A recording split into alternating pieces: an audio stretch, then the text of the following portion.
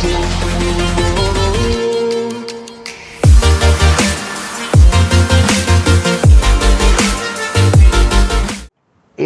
terima kasih Mas itu atas ininya sebenarnya. Seperti hal yang beredar. Lo enggak sampein datang dari Madura kapan?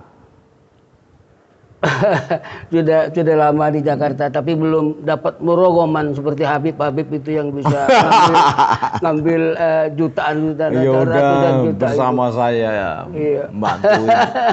Iya. Abdurrahman Malik Soko Tunggal itu bersama udah sama Mas Rakun itu dari. Iya. Saya hijrah di Madura seharusnya kan dapat murogoman itu kan. Sama Iya. ini Mbak Arkila hijrah dari Pati bersama Sobirin, Mas Supri. Itu apa tuh? Romli dari Medan. Itu yang satu Mas Khairul itu dari Padang apa Medan?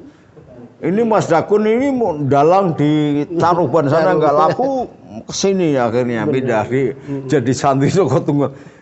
Boleh lah, namanya Indonesia orang Jawa, Wali Songo dulu kan semua ngumpulin sebarang suku, sebarang bangsa untuk diajak kebaikan. Utu ila robbiki bil hikmah wa mau'izatun hasanah. Diajak kebaikan menuju kepada hikmah, menuju kepada Allah. Dengan kalimat kata-kata yang baik. Kata-kata yang baik gitu loh. Jadi jangan kemudian sembarangan ngaku dakwah Islam tapi menyimpang dari aturan paugeran Islam. Jadi ingin menghilangkan najis tapi ngembah sarung sama uyo, ya itu namanya nyampur najis karuan itu. Karena apa? Al Islam apa? Ada hadis mengatakan la ikraha fiddin. Banyak diartikan tidak ada paksaan dalam agama. Saya mengartikan tidak, karena ada adin an-nasihu. Agama itu nasihat. Jadi dalam konteks la ikraha fiddin, ya kalau memberi nasihat jangan memaksa gitu loh. Iya malah ngelantur kemana-mana. Gimana? Ya, yang menjadi pertanyaan masyarakat. Saya ngerokok ya. Ya, silakan. Kalau enggak mereka terserah. Saya pokoknya ngerokok saya. Benar. Jadi yang menjadi pertanyaan masyarakat sekarang itu ini kan.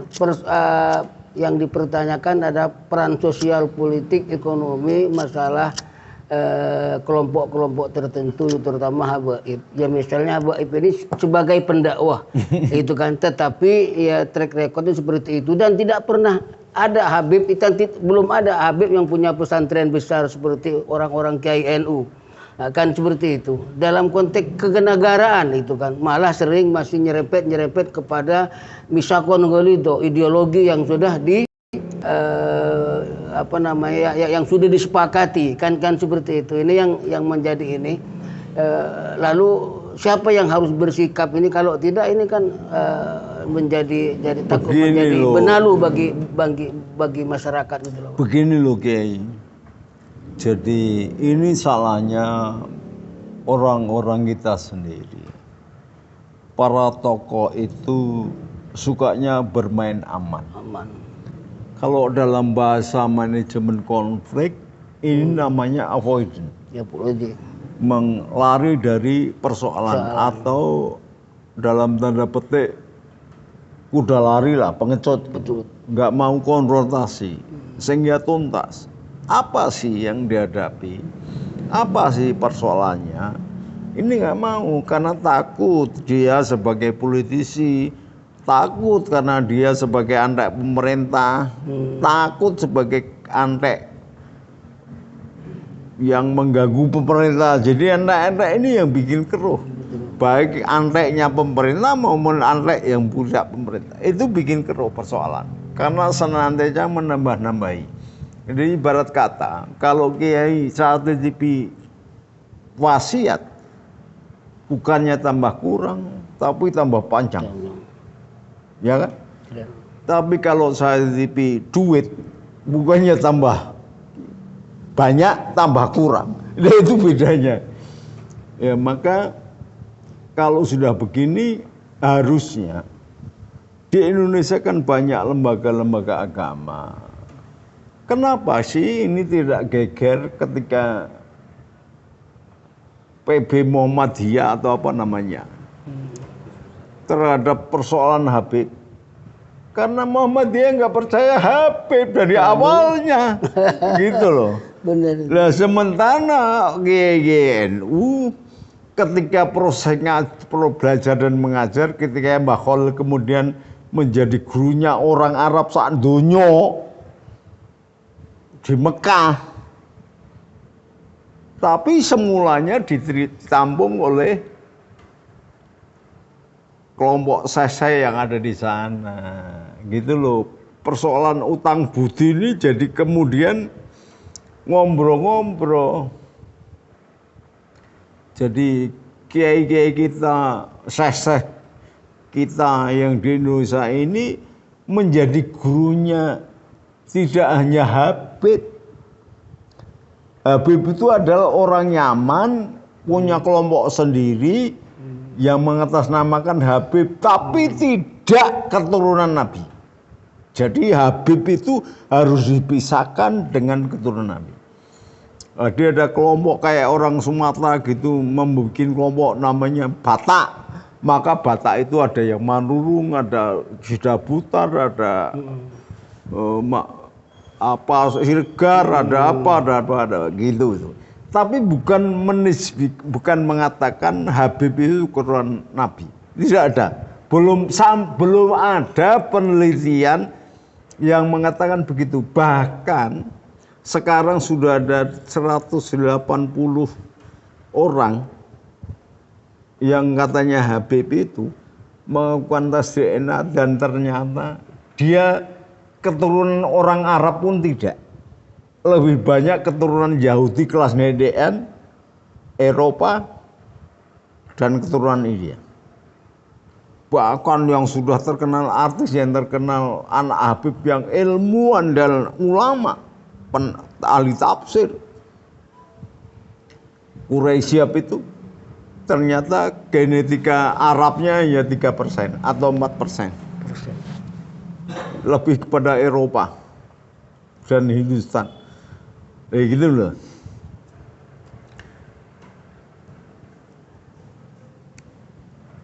Makanya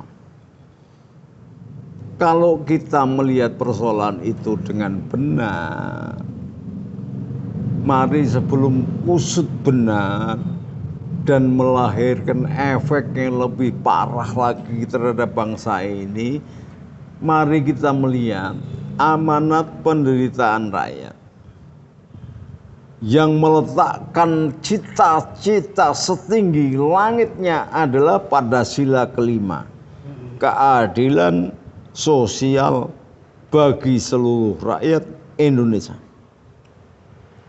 Itu jadi kesampingkan perbedaan Habib ini.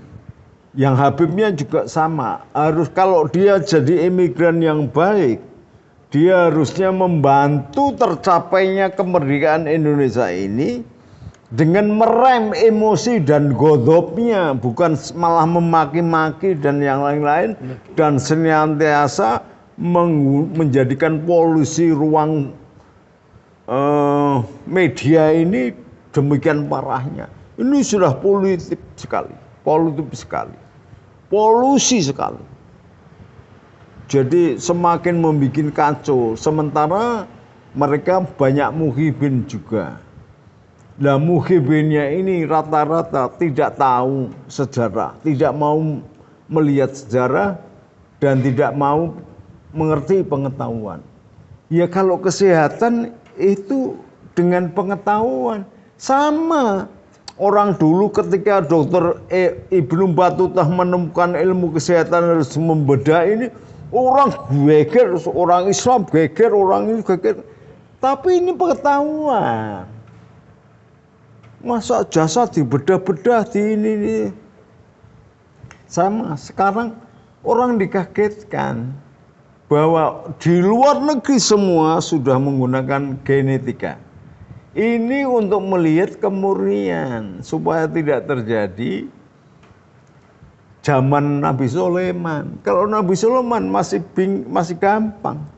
Ketika ada seorang ibu datang minta perlindungan agar anaknya dikembalikan ke dia, yang satu ibu lagi datang, ini anaknya, maka Nabi Sulaiman apa ya tadi? Ambil pedang, bayi itu akan dibelah. Maka dilihat perilakunya. Perilaku kejiwaan dan kasih sayang alami yang dilihat oleh Nabi Sulaiman. Ketika pedang diangkat, ibu kandungnya yang asli, jangan dibelah, biar untuk dia saja.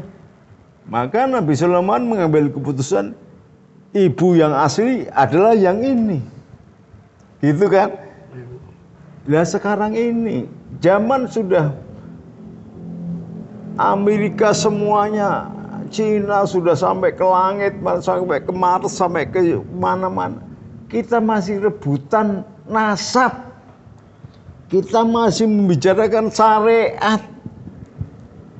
Ini kejumutannya bagaimana lagi?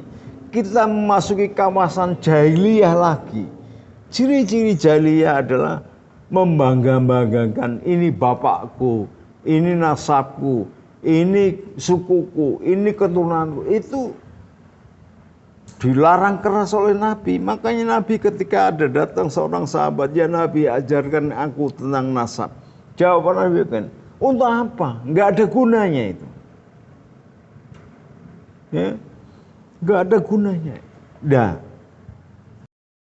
kalau kita sudah dalam keadaan begini, tidak cawe-cawe, segera saya ragu ini akan selesai. Perbedaan nasab ini nggak akan selesai. Setiap hari tambah searchingnya semakin dalam, semakin melukai. Kalau pertama aja hanya paling efeknya menampar, menyenggol. Ini sudah menusuk. Sampai terjadi pembongkaran kuburan. Karena nasab Ba'alawi dibongkar. Ini bukan, ini kakek moyang saya bukan nasab Ba'alawi, bongkar. Pembongkaran kuburan di mana-mana, di Madura ada, di Semarang ada, di Jogja ada, di Pemalang ada, di Pekalongan sendiri dekatnya Habib Lutfi ada. Oh nggak ada kuburan, ini kuburan kuda mati, dianggap kuburan Pak Abud apa-apa, Pak Lawi, wah Masya Allah. Jadi untuk apa? Bahkan saya sudah membentuk Patriot Garuda Nusantara cabang Ampel. Karena apa? Tanah Ampel itu diroyok-royok orang FPI, orang HTI, orang Wahabi yang klan Ba'alawi. Maka saya bentuk di sana dan siap menghadapi karena pasti akan meledak. Jadi keluarga Ampel malah tidak menguasai tanah Ampel. Yang menguasai Arab kafiran dari Yaman itu. Yang mengaku Habib. Dan pemerintahnya diam saja. Karena apa? Dia menempatkan Habib-Habib itu pada kekuatan negara. Penasihat presiden. Di lembaga NU banyak Habib bodong juga. Ya, sehingga mereka yang ditempatkan nggak masalah, memang orang baik, tapi dimanfaatkan oleh Habib-Habib bodong yang ngaji barangkali baru 3 tahun, rusak jadi. Maka jangan berbicara soal keadilan sosial. Bisa terjadi keadilan sosial itu ekonomi membaik. Lah, kalau sudah ekonomi membaik, itu harus ada kerakyatan yang dipimpin oleh hikmat kebijaksanaan dalam permusyawaratan perwakilan. Wakil-wakil yang di DPR itu ngomong, mewakili rakyat, bukan mewakili partai. Jangan hanya wakil rakyat itu pameran mobil. Jangan hanya wakil rakyat itu rapatnya cuma sekian hari, ngabisin anggaran yang katanya untuk proyek ini, proyek ini. Hanya tujuannya supaya dia bisa jadi lagi jadi DPR. Ini DPR harus dibersihkan dulu. Karena demokrasi ini masih seolah-olah belum benar-benar. jadi DPR-nya nggak bisa apa, kan diam saja. Melihat persoalan rakyat gonjang-ganjing ini, DPR diam saja. Kan nggak benar. Lah, untuk bisa mengaplikasikan sila keempat agar mencapai sila kelima, harus ada persatuan Indonesia. Maka jangan Arab-Arab, emigran Yaman, PKI Arab itu, komunis mereka itu loh. Saya ngomong asli ini, komunis. Saya sudah ke sana, saya sudah ke Yaman. Saya sudah mendatangi pertemuan ulama sedunia yang didatangi orang-orang Arab. Mereka rata-rata organisasi politiknya adalah Partai Baath. Itu komunis.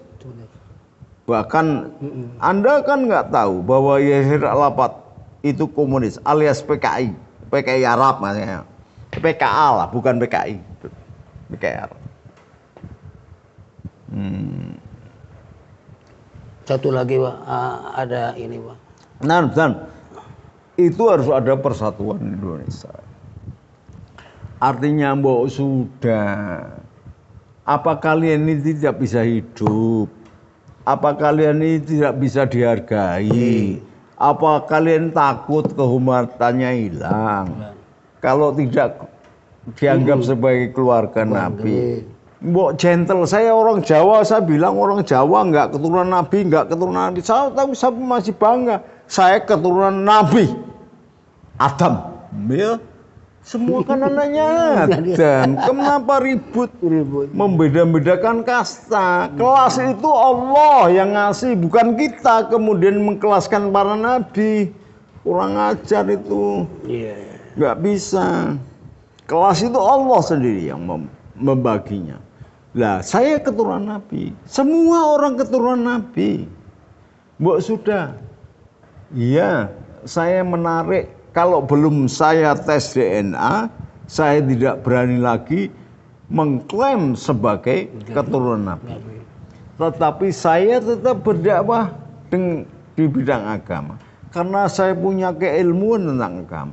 Lalu mulailah Robito Islami itu, Robito Sapa Alawi itu, mengendalikan. Jadi kambing-kambingnya itu digembala, jangan dibiarkan saja karena ngasih setoran kemudian bertindak seenaknya sendiri. Kenapa saya ngomong begini? Karena pemberontakan di Indonesia yang namanya PKI dipelopori oleh DNID, itu Habib itu. Jadi jangan ngomong keturunan Nabi, di sini Habibnya adalah pemberontak dan itu PKI itu. Itu harus tahu. Jadi monggo lah, islah lah yang benar. Nggak usah ngaku, apa kurang sih kalau tidak keturunan Nabi? Wong kita ini Nabi Adam, dibikin dari yang sama. Mencetak Nabi Adam itu, Gusti Allah konkurensi dengan iblis. Sampai malaikat yang bernama iblis atau spesies jin itu yang berjasa besar kepada Allah. Sampai dilakopi dengan iblis. Ablasa, makhluk yang mendapatkan inah hukuman. Karena apa? Karena ingkar atas perintah Allah. Disuruh sujud, nggak mau. Kecuali fasud, nggak mau kepada Adam. Padahal sujud penghormatan. Malah mengatakan aku lebih baik. Dibikin dari api dan Adam khalaqtani minar. Ini sombong namanya. Sama dengan kawan-kawan Arab yang mengaku Habib atau masuk kelompok Habib, sudahlah. Kalian kan mengklaim ngerti agama tau. Cirinya orang yang ngerti agama adalah innallaha ma'as sabirin. mengerti ayat ya ayyuhalladzina amanusbiru wasobbaru warobitu wataqullaha la'alakum tuflihun. Jadi sabar. Nggih? Nggih. Mas Habib nggih? Nggih. Sabar, islah mementingkan kerukunan demi tercapainya keadilan sosial bagi seluruh rakyat Indonesia. Tanpa ada keamanan akibat ontonan-ontonan yang sampean bikin, maka stabilitas negara terganggu, tergoncangkan. Maka pembangunan akan terseok-seok. Semua konsentrasi hanya persoalan pertarungan yang tidak jeluntrung. Maka ingat persatuan Indonesia. Kalau sampean sudah mau dianggap sebagai orang Indonesia, maka harus tahu Pancasila. Pancasila intinya pada persatuan Indonesia. Yang kedua, naik lagi kemanusiaan yang adil dan beradab. Kata Anda keturunan Nabi, mbok pakai kemanusiaan. Konsekuensinya, selentik dulu, ibda binafsi, ke dalam, mulai dari kita. Jangan nyebar kebaikan, tapi dirimu sendiri, kelompokmu sendiri masih begitu. Banyak loh, Habib itu yang menghina Nabi loh. Masa mengatakan sehari semalam bisa mi'raj 70 kali. Nabi Muhammad sendiri saja yang terbesar di dunia, paling disayangi Allah, itu hanya mi'raj sekali seumur hidup. Itu pun tidak dipercaya kok. Kalian bisa ngomong seenaknya, datukmu bisa mi'raj 70 kali. Kalau 70 kali, waktu hari itu hanya 24 jam. Berapa menit sekali mi'raj? Lah ini apa gendeng mangan sabun apa gimana? Saya ngasih tahu anak saya itu paling 3 kali saja. Bapak, saya lupa apa? Beli kerupuk. Lagi jalan ketemu anaknya, temennya ngobrol, balik lagi. Bapak disuruh beli apa? Beli kerupuk. Itu hanya 3 kali. Ketika 3 kali tanya lagi, tak kemplang itu anak saya. Karena saya gobloknya tidak konsentrasi. Lah ini ada Habib mi'raj 70 kali itu urusan apa? Yang urusan menyelamatkan dunia aja hanya sekali. Apa dia menyelamatkan planet gitu, galaksi gitu, yang jumlahnya miliaran gitu? Apa dia mengklaim dengan tidak sengaja bahwa dia lebih baik 70 Nabi Muhammad kalah dengan 1 Habib mbahmu itu? Ya, kurang ajar itu kamu. Kalau saya tahu tak kampleng kamu. Itu menghina Rasulullah itu. Penghinaan yang betul-betul menghina itu. Mengatakan mbahnya mi'raj 70 kali atau ketemu Allah 70 kali semalam. Rasulullahnya sekali loh. Itu kelakuan setan belang kok, ngaku-ngaku keturunan Nabi. Bagaimana menghina Allah dan Rasulnya, masih kekeh mengaku keturunan Nabi. Ingat dul, orang Indonesia pinter-pinter, orang Arab itu bisanya apa? Mana ada orang Arab yang juara Olimpiade fisika gitu, Olimpiade bahasa Inggris, Habib yang hafal Quran gitu, juara gitu, ada nggak? Orang goblok-goblok ngaku keturunan Nabi. Sudahlah, islah aja. Kita masih ada kesabaran. Jangan sampai prinsip Jawa itu ngalah, terakhir ngamuk. Kalau orang Madura caro itu namanya. Wassalamualaikum warahmatullahi wabarakatuh. Merdeka.